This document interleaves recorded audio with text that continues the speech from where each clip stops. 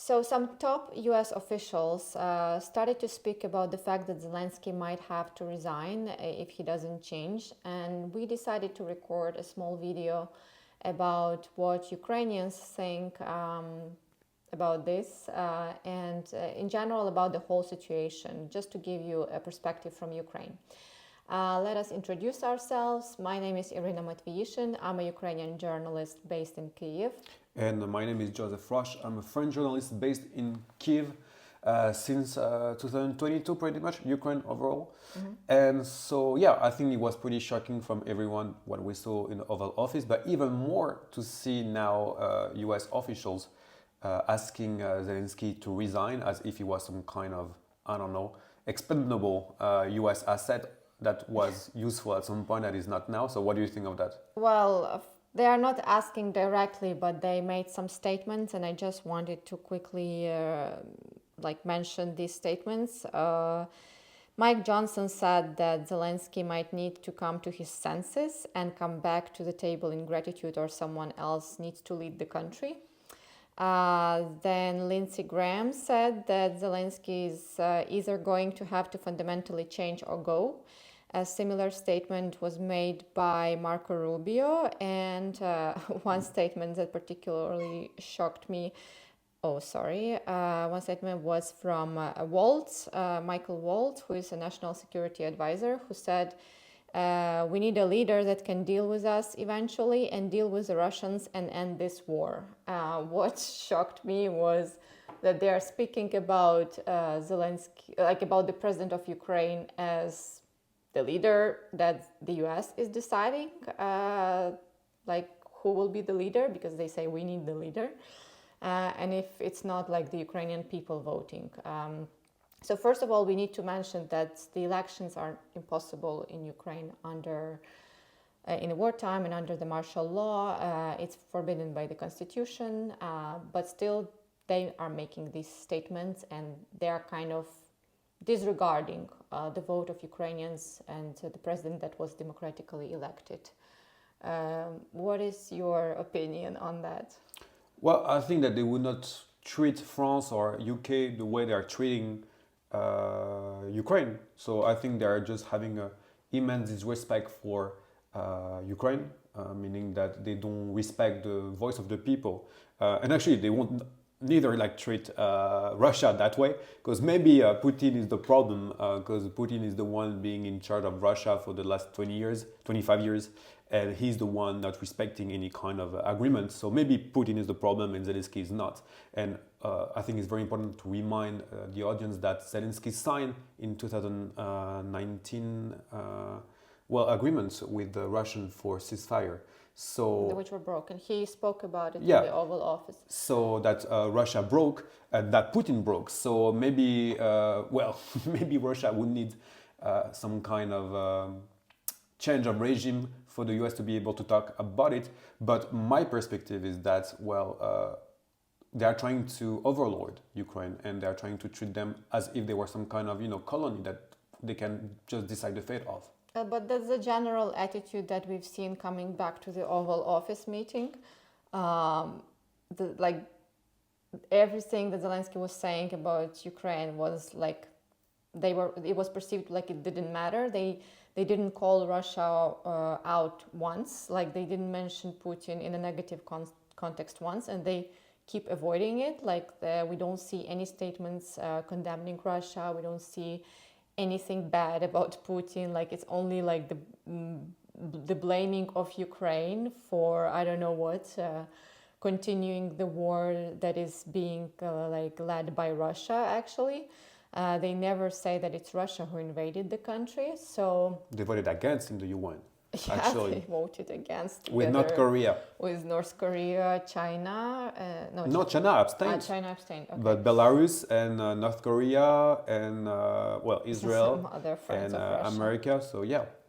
Yeah. So indeed, it sounds like they are treating Ukraine as a colony, and the whole mineral deal thing, with no clear security guarantees, and the tone that it's that Zelensky was pressured to sign it, even though he disagreed with what was there, and Ukrainians actually too. they didn't want this agreement to be signed. Even though later after this meeting, some Ukrainians started to say that Zelensky should have been more humble, he should have swallowed everything that was told to him, everything that was thrown at him at this ambush. But I don't think it would change anything. I think Zelensky spent 3 days before meeting Trump, watching how Trump was treating any U.S. ally. President Macron from France came, Starmer from UK came, and the maybe potential, most likely potential new Chancellor of Germany, Friedrich Merz, came as well.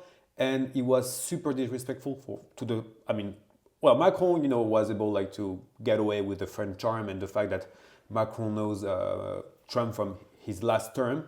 And, people say that Trump has some kind of respect for France. I think he just thinks that France is cool and kind of exotic, and that's cool to they hang say out. that they have good relations with Macron. Yeah, but I think Trump has a very shallow, approach to diplomacy. So I just think that he thinks that it's cool to speak with the French. UK Starmer was a disaster. To me, it looked compared to Zelensky, it looked pretty good. Oh yeah, if you look from a Zelensky perspective, he was quite nice. But he literally, asked Starmer to shut up, saying, "Oh, shut up." Next question. When he was answering about Canada, actually, which, by the way, Canada is part of Commonwealth, so it's important for UK. And Merz was bullied. Germany is the third economy in the world. 35% of the GDP is from the industry. So, Trump hates Germany because he doesn't see enough American car in Berlin and too much German cars in New York, so he's a bit pissed about that. So I think Zelensky knew that he was going to be bullied. I think he knew about that. And we're speaking about some guy who grew up in the 90s with the thugs from Kryvyi Rih, so I think he knows how to handle thugs. Yeah, but not in this situation, not in the US. You don't expect Russian thugs from the 90s in the Oval Office, Yeah, that's for sure. And I think he expected at least some human decency, which we haven't seen. Actually, there was a good video from Timothy Snyder on his Substack about the failures of this meeting from the American side, and one of them was the lack of basic decency, because you don't treat anyone like this, especially at this high level. You don't have to have a degree in diplomacy to see that it was unacceptable and completely wrong. Whatever you think of Zelensky and criticize it or not, him or not. So what do we do from now? What do you think is going to be next, unfolding for the? Well, judging from all these statements of the U.S. officials, I'm now afraid that they will try to prepare some kind of ground to try to install someone in Ukraine together with Russia, even though it sounds bizarre and unrealistic, because we don't have any pro-Russian candidates who would beat Zelensky. No pro-American, I would say. Zelensky is maybe the most pro-American among all of the candidates. Yeah, but the issue is Ukraine was the most pro-American country in Europe, and they just ruined this perception in 1 week. I remember at the beginning of the full-scale war, Americans, French people were seen as being, you don't want to humiliate Russia, because Macron said at the beginning of the full-scale war, we should not humiliate Russia. So French people were hiding in the streets. But American, they were literally, we're back babies, we're going to save Ukraine, and a lot of foreign fighters. And now, my American friends are just literally hiding themselves in Kyiv because they are so ashamed. Ukrainians understand that a lot of Americans still support Ukraine, and they are very sorry about what's happening. I personally get a lot of messages from Americans saying sorry, we don't know what to do, and so it's clear that Trump doesn't represent everyone, but at the same time, it did an immense harm to the reputation of the U.S. in Ukraine. And we don't know what to expect. Of course, we don't expect, as this meme about Eastern Europeans say, we expect the worst. It's always bad, but we expect the worst. I think now what European governments are trying to do, they are trying to restore the relations between US and Ukraine, and that's what we saw yesterday after this London summit. They made a press conference. And that was the point that Starmer tried to convey, like that they are ramping up defense, but at the same time, they're still hoping to restore the relations. But I don't know, like, how could you, like, maybe like on a diplomatical level it's possible if you do everything right, like in a diplomatical way. But at the same time, we see such irrational claims and statements from the Trump administration that I'm not very hopeful. Well, I don't know, to be honest, because like in one hand, like one day Trump is going to call Zelensky a dictator, another day is going to say, "Oh, I don't remember, I cannot believe I said that." Another day is like literally insulting Zelensky in the Oval Office. So you know, at the end of the day, well, I think we should watch what Trump does and not what Trump says, although it's very important what the president said in many, many ways. So we'll see. Now they're talking about maybe like cutting the aid to Ukraine. Yeah. They want to change the government. So pretty much, well, to some extent, we can say that Russia failed in taking Kyiv in 3 days, but they succeeded in taking, Washington in 3 weeks. So it's hard to know what's going to unfold. But I want you to speak to me because you said that you have maybe like a new candidate that is emerging in Ukraine that could take the lead over Zelensky. That's a joke, but the guy's name Arestovich. Can you speak to us about that? I just, like, one of my friends just sent me a screenshot of Alexei Arestovich's profile on X. Alexei Arestovich is someone who was an advisor to the president from the beginning of the full-scale invasion, and then he was dismissed. But when he was an advisor to the president, he was quite popular among Ukrainians because he was like kind of boosting morale, giving like daily updates, which turned out to be false and manipulative. He has some weird background. He has like his an astrologue. Couching YouTube channel. He's a psychologist, like a semi-scientific, doing semi-scientific things, and like he's really dodgy. And now he's been like away from Ukraine for a long time. He left. He left with a lot of money, so he's enjoying his life. I think he's even in the U.S. And actually, like he left, he had to resign because he said, you remember when 40 people were killed in Dnipro? Yeah. He said, it's because of Ukrainian air defense. Then pretty much like parroting what the Kremlin was saying. Then eventually, that's what he does now. Yeah. So, but do you think like the guy has any chance? So what happened? Like my friend sent me a screenshot of Arestovich's profile, and I haven't checked his profile for months because I'm not interested. I only saw it when Ukrainians were bashing him, but he was posting in Russian. But then I saw that the picture looks different, like he's in a suit, and he put the new picture 6 days ago. And he also started posting on X in English on the 23rd of February, so quite recently. Before that, he was writing everything in Russian. So he was targeting like a Russian-speaking audience. And as you said, he was parroting Russian propaganda all the time. Like he was blaming Zelensky for everything. He was like, blaming Ukraine for wrong policies and stuff like this. But now he made a few posts in English, which are quite long and very structured, very similar to what like Trump's people say, like top US officials say, and I think it's not him who's writing that, or he has someone who is... Or ChatGPT. No, it's not ChatGPT, because it's like really, you can see that it's the same rhetoric, the same words, phrasing, so everything. Like the spin doctor now has a spin doctor.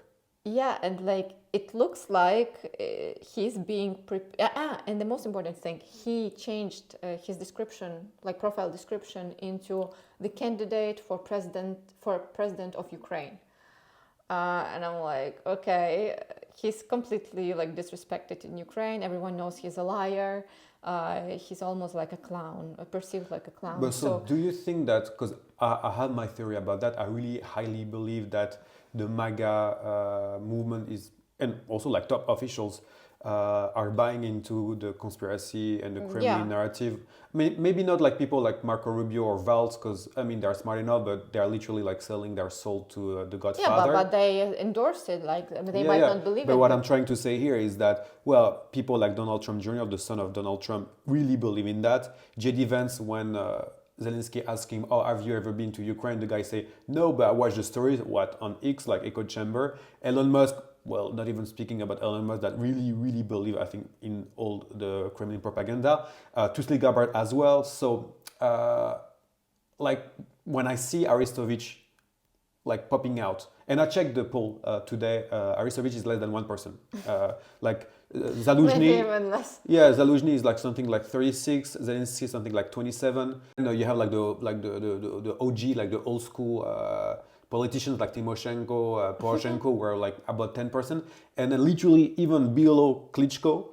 You have so the mayor of Kiev. You have Aristovich. So, But like, he's not the only one. What's interesting, when I posted it on Facebook, and some of my Ukrainian like friends on Facebook were shocked, but some of them sent me a screenshot of similar posts by Dubinsky. I think it was Dubinsky, Debinsky, but is it okay?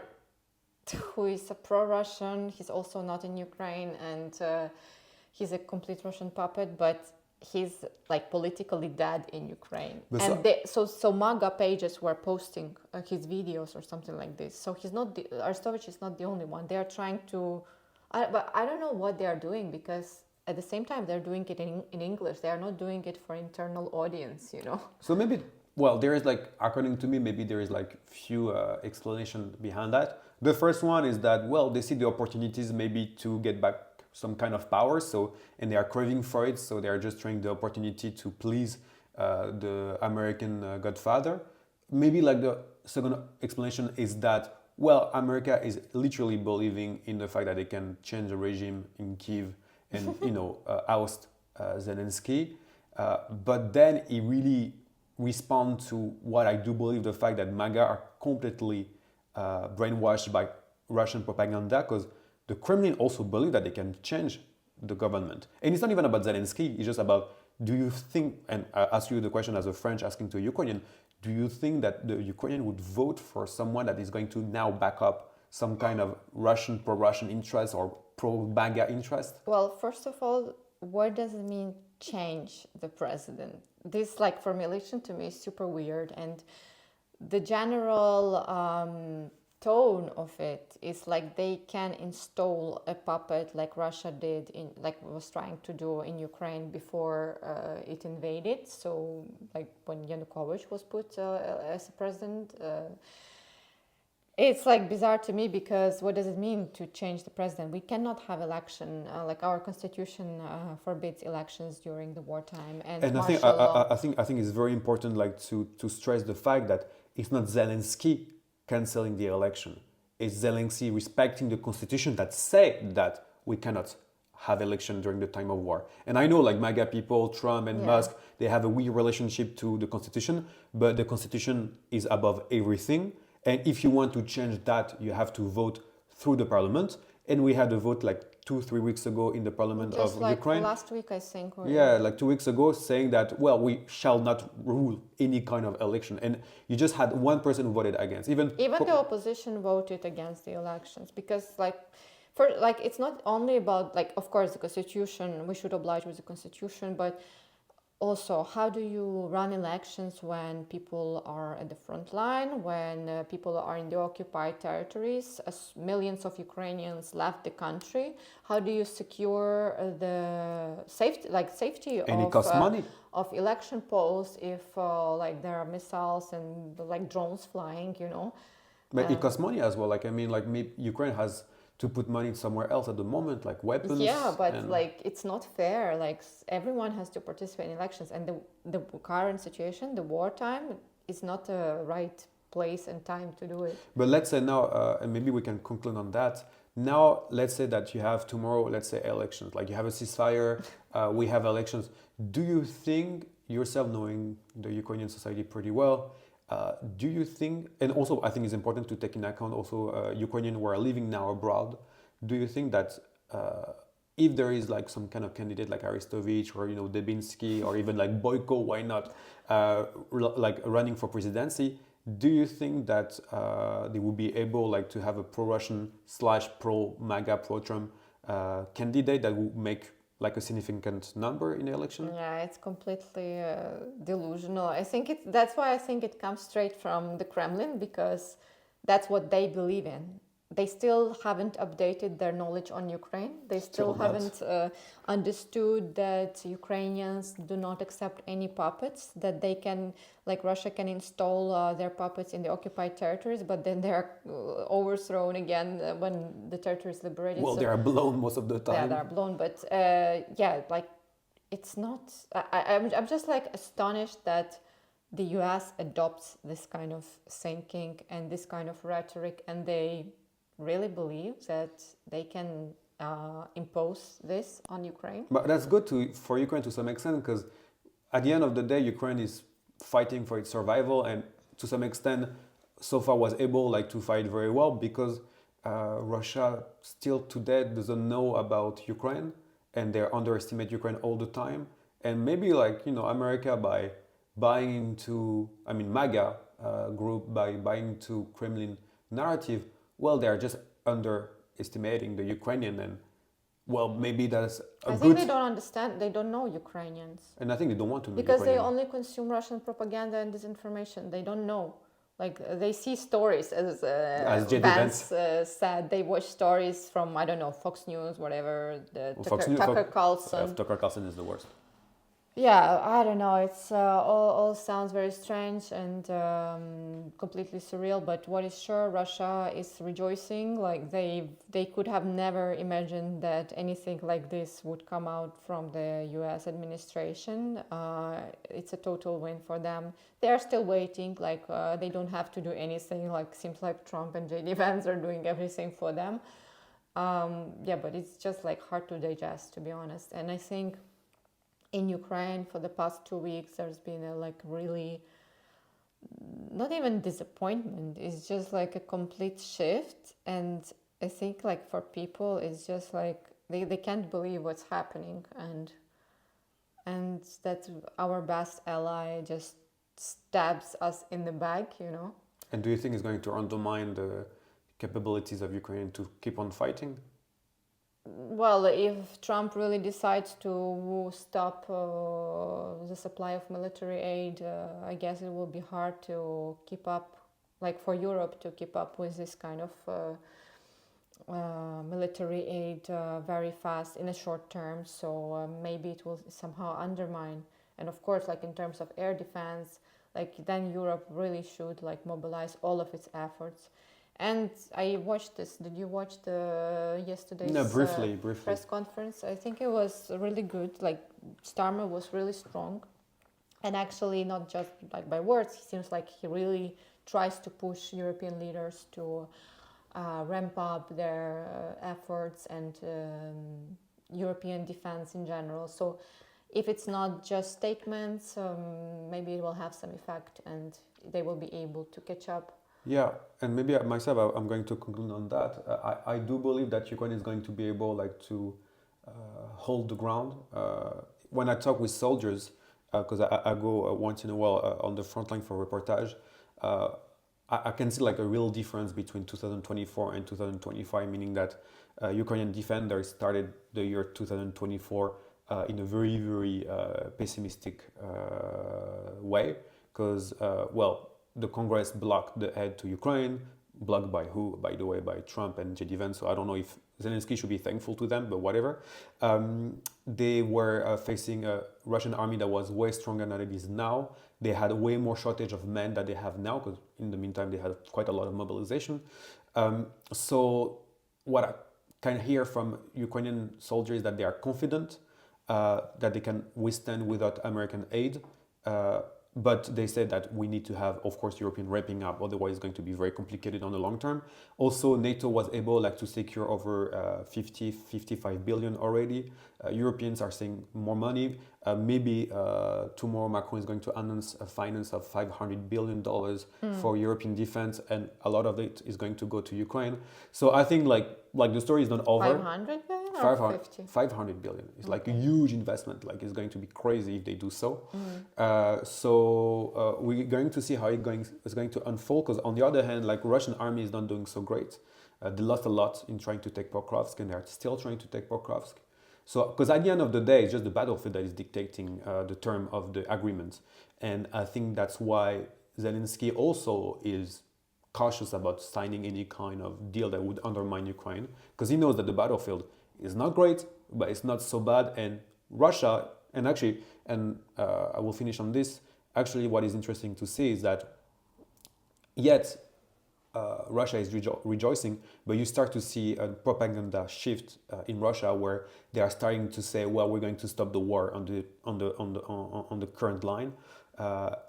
Even like Simonian, the head of RT Russia Today, said, "Oh, I wish we could have taken Kharkiv, Odessa, but it's going to be very complicated, and we need to have a ceasefire now." So, yeah, so it's what I think. Like at the end of the day, well, Trump is trying to get himself like a cheap political victory, but I'm not so sure it's going to change much, at least on the short term. I mean, by not signing a peace deal or like trying to push Ukrainian interests, Zelensky is not acting on behalf of himself. Like he's acting on behalf of Ukrainian people, and Ukrainian people will not agree to surrender, and that was the risk of this deal actually, and that's why the whole like thing with changing Zelensky, like forcing him to sign what he knows that Ukrainians would not accept, is ridiculous to me.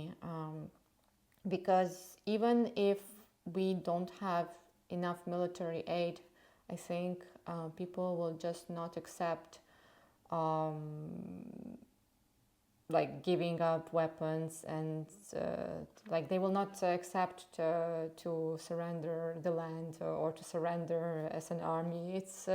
It sounds unreal, because we lost so many people. Like everyone literally knows or has some loved ones who died in this war, who died fighting or were killed by Russian drones, missiles, bombs as civilians. So there's been too much sacrifice, and that's something that the US completely disregards, like doesn't take into consideration, because they equal the aggressor and the victim. And that's something that is important to understand in regards of like what's going to happen in the future, because I think Ukraine will keep fighting no matter what. Yeah. Yeah. So and at the current pace, and also let's not forget that Ukraine was able like to fight almost a year without any kind of American weapon, well, the whole like the front line. I mean, like they had to withdraw a bit from like Avdiivka and places like this, but at the end of the day, like at that pace, Russia needs, and that's the best pace since the beginning of the war. Russia needs 3 years to take all Donbass. what was also interesting that Starmer said that, like the journalist asked, like, do you consider the US as, I don't remember exactly the question, but she said, is the US not a reliable ally anymore or something like this? And he said, no, I would correct that. I would say that they are still our ally. So they are trying to restore these relations because they understand that Europe will not be able to completely replace the US in terms of military aid to Ukraine. But at the same time, I think they finally woke up from what I saw. I don't know, I want to believe this. And hopefully they will be able to send everything that we need. And also I think that's the reason why Zelensky is not apologizing to the US and not making any statements, because actually it could have harmed his reputation as well in Ukraine if he humiliates himself like this. And what is going to change? But also maybe he hopes that it will really work out with Europe, you know. Yeah, I think because Europe was quite shocked. But anyway, that's another story. So, but if you guys liked what we spoke about and you want us like to speak more about Ukraine, subscribe, put a like, and share our work, and we'll be very happy to keep on commenting. That's our first video. That's the first video on my channel. As you might see, I don't have any subscribers, so please subscribe and let us know if it's interesting. We might improve the setting and take a camera because we don't have proper equipment here. So yeah, thank you for watching and stay tuned.